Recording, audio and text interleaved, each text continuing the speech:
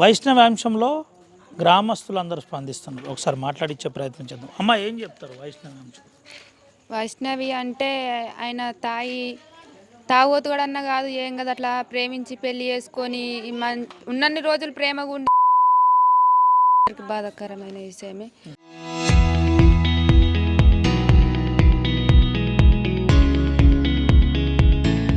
ఆయనకు కఠినంగా శిక్షలు విధియాలి. అంటే ఈ రోజులలో తాగుబోతుగాళ్ళు ఉన్నారు, గంజాయోళ్ళు ఉన్నారు, యూత్ పిల్లలే ఉన్నారు. ఆయన నిడిచిపెట్టిరు అనుకో, ఇంకా వేరే వాళ్ళు కూడా అట్లనే అయిపోతారు. ఆడవాళ్ళకు కూడా సేఫ్టీ ఉండదు. ప్రేమను తొలకచ్చుకుంటారు, కథం చేసి ఇడిచిపెడతారు. ఆయనకైతే ఉరి శిక్ష బరాబర్ ఇవ్వాలి. ఆయనను ఎంకరేజ్ చేసిన వాళ్ళు ఎవరైతే ఉన్నారో వాళ్ళ అన్న, వాళ్ళ అమ్మ, అలా అన్నలు ఇద్దరు, వాళ్ళకు కూడా కఠినంగా శిక్ష ఇవ్వాలి. ఏ అంశంలో అంటే పిల్ల అయితే మంచిది, బాగా మంచిది. మా ఆడకాడికే కదా మేమంతా ఒకటి దిక్కుంటాం, బాగా మంచిది. కానీ పిల్ల పాపం ఇట్లాంటిది కాదు. అట్లా చేసి బాగా తప్పు. ఇది పరిస్థితి, ఇట్లా చేయడం తప్పంటారు. అక్క ఏం చెప్తారు? వైష్ణవి అయితే చాలా మంచిది.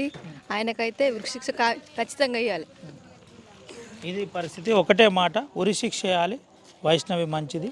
వైష్ణవి ఇలాంటి అంశంలో ఒకవేళ మర్చిపోతే యూత్ కూడా రేపు ప్రమాదకరంగా మారే అవకాశం ఉంది.